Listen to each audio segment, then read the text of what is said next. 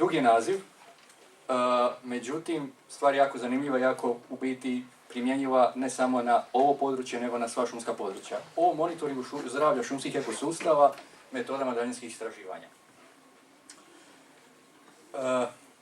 Područje koje smo mi istraživali je Spačvanski bazen.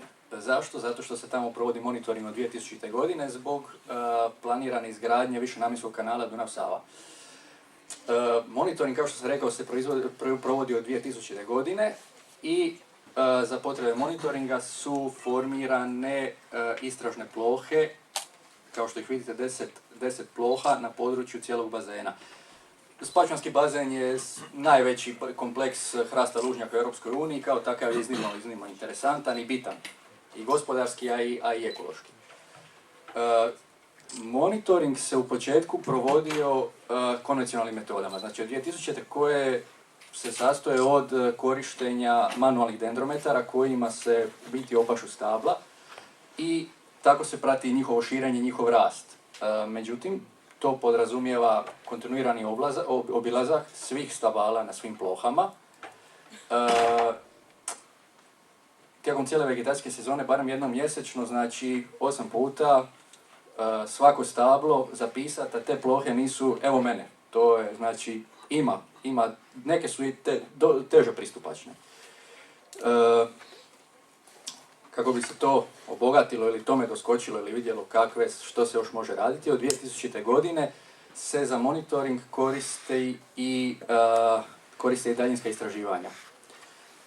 Znači, od 2009. godine koristimo MODIS sustav. MODIS je senzor, multispektralni senzor koji se nalazi na NASA-inim Terra i Aqua satelitima. On daje proizvode, jedan od proizvoda je i ovaj koji je prikazan tu.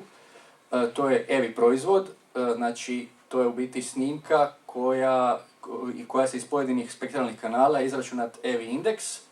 Ne znam jeste čuli za NDVI indeks koji je standard u monitoringu zdravlja vegetacije.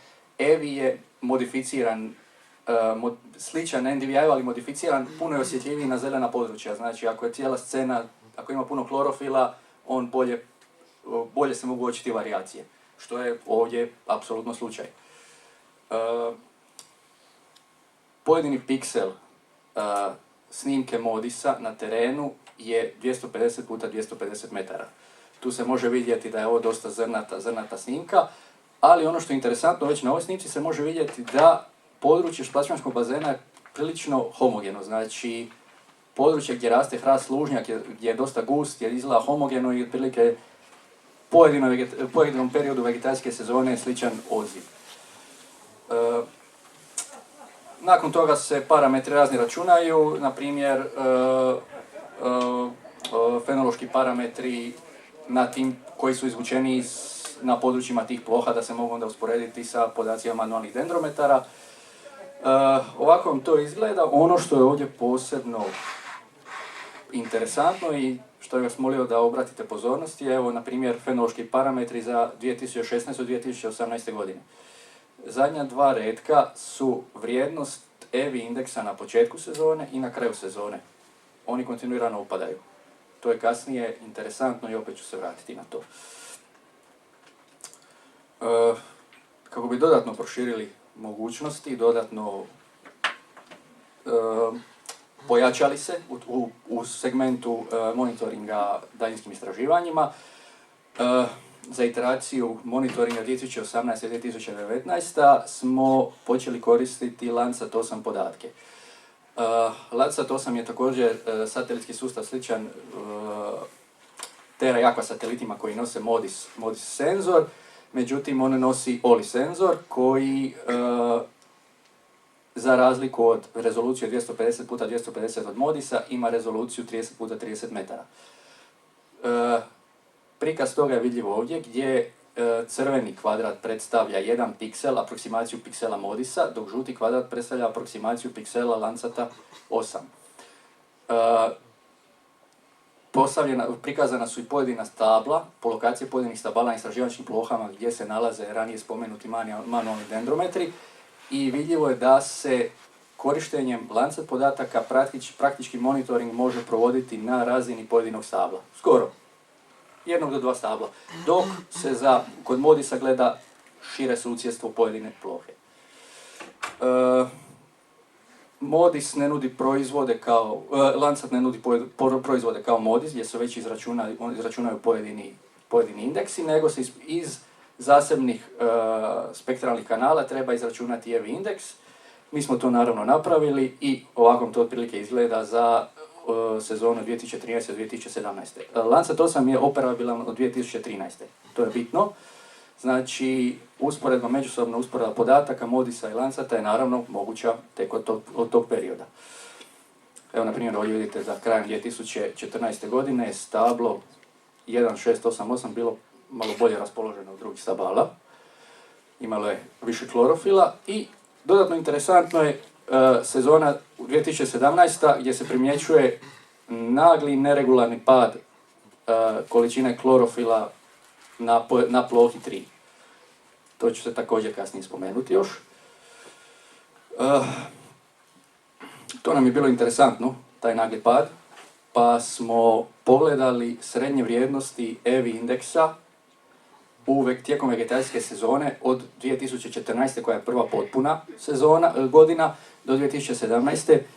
Iako su 4 godine dosta male za bilo kakav logičan trend zaključiti, indikativno je da prosječna vrijednost tijekom vegetacijske sezone opada i na plohi 3 i na plohi 9.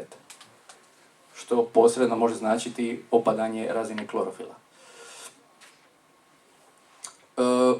Da se vratimo na početak, koji je bilo osnovna ideja, je bila usporedba Modis podataka i Lancet podataka, kako oni međusobno koreliraju. Ovdje su prikazani na grafu podaci Modisa, znači crna linija sa žutim točkama, i podaci Lanceta. Ono što je bitno, EVI vrijednost nije normalizirana vrijednost, znači da određeni broj, 0,4 vrijednost EVI-a, da označava određenu fizičku količinu ičega. Tu se gleda međusobni odnos, znači omjeri. Tako da se kretanje na grafu, kretanje treba biti isto dok iznosi trebaju biti isti. Vidljivo da korelacije ima, pogotovo je vidljivo u onoj ranije spomenutoj 2017. sezoni gdje oba dva sustava prikazuju neregularnosti i pad.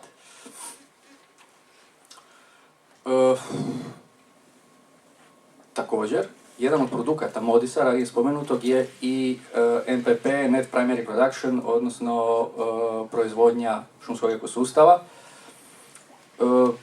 Istražili smo da vidimo što se događa, da li, obzirom na te padove koje smo uočili, što se događa kroz duži vremenski period i uočena je statistički signifikantan pad produktivnosti u periodu od 2000. godine do 2018.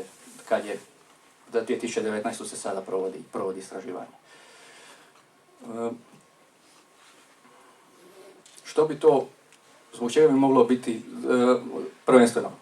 Lancet 8 i Modis podaci su međusobno koreliraju. Mogu se koristiti oba, jedino što je bitno je koja rezolucija je potrebna,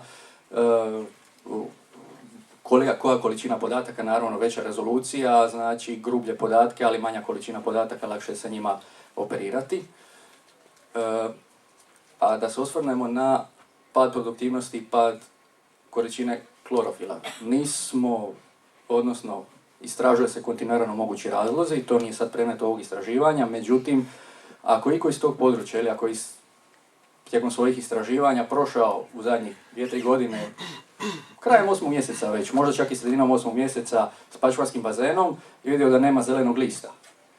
Zato zbog ovog čudovišta, koje je sad popularno isto u medijima, hrastova mrežasta stjenica koja je u Spaču je totalna infestacija sa tim i jednostavno sve je žuto.